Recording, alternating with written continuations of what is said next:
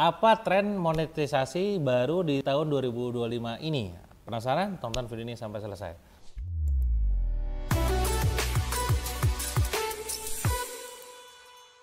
Jadi teman-teman semua, kalau kita bicara tentang monetize ataupun menguangkan, mendapatkan uang lebih banyak di tahun ini di digital gitu kan, kita harus tahu trennya memang ya, membaca tren-tren yang terjadi gitu ya, itu akan memudahkan kita dalam pengambilan keputusan dan strategi dalam masalah apapun. Strategi funnel, strategi konten, strategi campaign, strategi copywriting ya, strategi pemilihan influencer, pokoknya semuanya. Akhirnya di video kali ini saya ingin membagikan kepada Anda beberapa catatan penting dan temuan saya yang supaya Anda bisa perhatikan agar kedepannya Anda bisa lebih baik lagi. Setidaknya yang pertama adalah kita ngomongin tentang namanya pemilihan platform. Teman-teman, sebagaimana yang juga kita tahu, platform di Indonesia saat ini, terutama yang sering kita pakai dalam pebisnis adalah TikTok gitu ya, YouTube, Instagram, dan juga Facebook. Nah ini ternyata kawan-kawan semua akan berubah di tahun ini, di tahun 2025 ini gitu ya. Misalkan katakanlah YouTube itu akan banyak fokusnya YouTube Shopping. Mungkin beberapa di antara Anda sudah melihat akan keberadaan fitur ini. Dan ini akan meningkatkan monetisasi konten pendek dari short. Makanya kenapa juga saya pribadi meminta tim saya di YouTube gitu kan untuk mulai fokus memonetisasi gak cuma sekedar dari AdSense dari video panjang seperti ini, tapi juga dari nanti video untuk yang sifatnya tuh berbasis pendek dengan YouTube Shoppingnya. Tentu ini butuh strategi dong, ada yang namanya proses kontennya, nanti kita bikin konten apa, produk apa yang kita jual, itu kan dipikirin semua. Jadi please teman-teman semua, kalau Anda pakai YouTube, monggo manfaatkan gak cuma fitur YouTube video panjang, tapi video short gitu ya, yang nantinya pun akan Anda mudah menjual produk di YouTube Shoppingnya. Bagaimana kalau TikTok? TikTok teman-teman semua semakin memprioritaskan fitur social commerce-nya seperti TikTok Shop pada saat live shopping. Maka tugas Anda adalah memerintahkan, ya kalau Anda leader ya, atau Anda melakukan, kalau memang Anda eksekutor gitu ya, untuk lakukan proses live streamingnya setiap hari. Berapa lama Kang? Ada yang bilang katanya minimal banget sejam setengah atau 2 jam, itu minimal. Jadi kalau Anda sekarang live Instagram atau live di TikTok cuma sejam doang, ketika nggak ada yang laku ya wajar dong. Nah kalau Anda sudah laku, bahkan bisa jadi sepanjang hari pakai ini ya, pakai sip-sipan gitu kan. Si pagi misalkan 3 jam, siang 3 jam, sore 3 jam, malam 3 jam misal gitu ya. Atau tadi gue mau 18 jam Kang ya, sikat aja semuanya.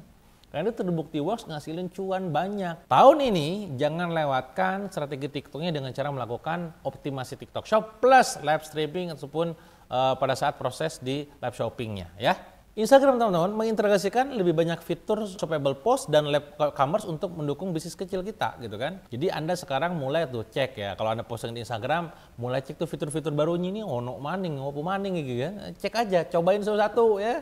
Nah nanti bisa kelihatan tuh mana yang bisa kita maksimalkan untuk monetisnya. Bahkan Anda konten kreator, kalau Anda konten kreator, Anda kan sekarang udah bisa bikin konten eksklusif yang sifatnya tuh orang bayar subscription kan. Itu bisa juga tuh. Beberapa konten kreator besar sekarang sudah melakukan itu. Ada yang isinya edukasi, ada yang isinya curhat, ada yang isinya gibah ya. Terserah Anda lah itu ya. Intinya adalah orang sudah bisa melakukan itu untuk bisa meningkatkan penghasilan dari Instagram gitu ya.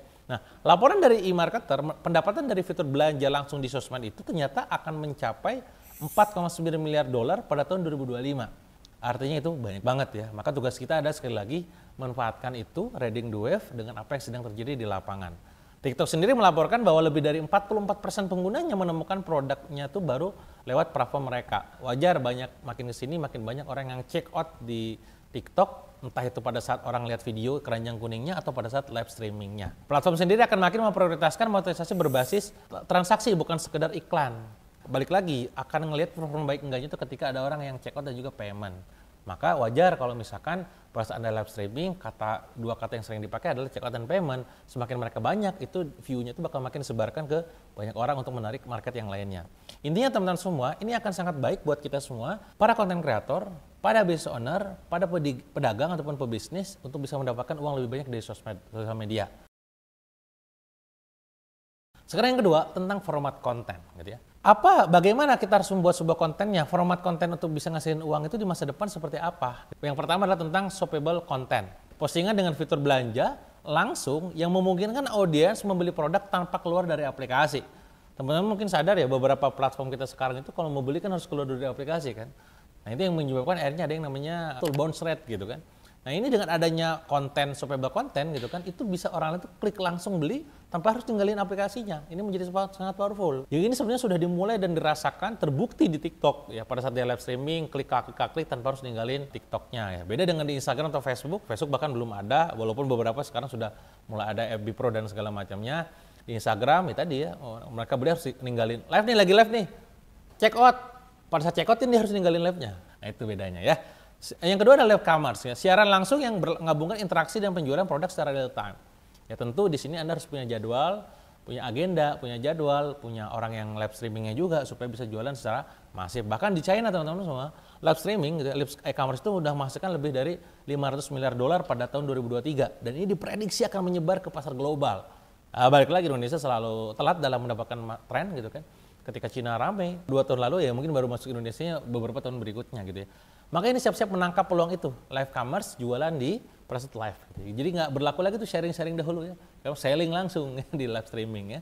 Yang ketiga adalah short form video content. Jadi format video kontennya itu pendek, itu sekarang jadi sangat favorit, terutama untuk TikTok dan YouTube Short. Mungkin teman-teman juga tahu istilah namanya attention span gitu ya. Ya orang sekarang tuh kalau ngeklik gitu ya, kalau di awal 3 detik pertama udah banyak cincongnya, banyak basa-basinya, orang udah up gitu, lewat gitu. Maka langsung nih hooknya harus tajam banget di 3 detik pertama. Nah itu akan sangat efektif ketika video yang disajikan adalah video pendek. Maka bikin katakanlah satu video itu 1 menit, ataupun 30 detik, ataupun 45 detik gitu ya. Tapi dibikin hooknya banyak gitu. Jadi naik turun tuh, hook gitu. Dibandingkan panjang, itu tentu nanti video YouTube seperti ini ya. Edukasi untuk panjang itu yang kedua. Strategi format kontennya. Nah sekarang strategi kontennya, bagaimana membuat sebuah strategi konten yang agar mereka tuh engage sama kita dan akhirnya mau beli produk kita dan termonetis dengan maksimal gitu ya. Nah yang pertama pastinya adalah kenali audiens Anda.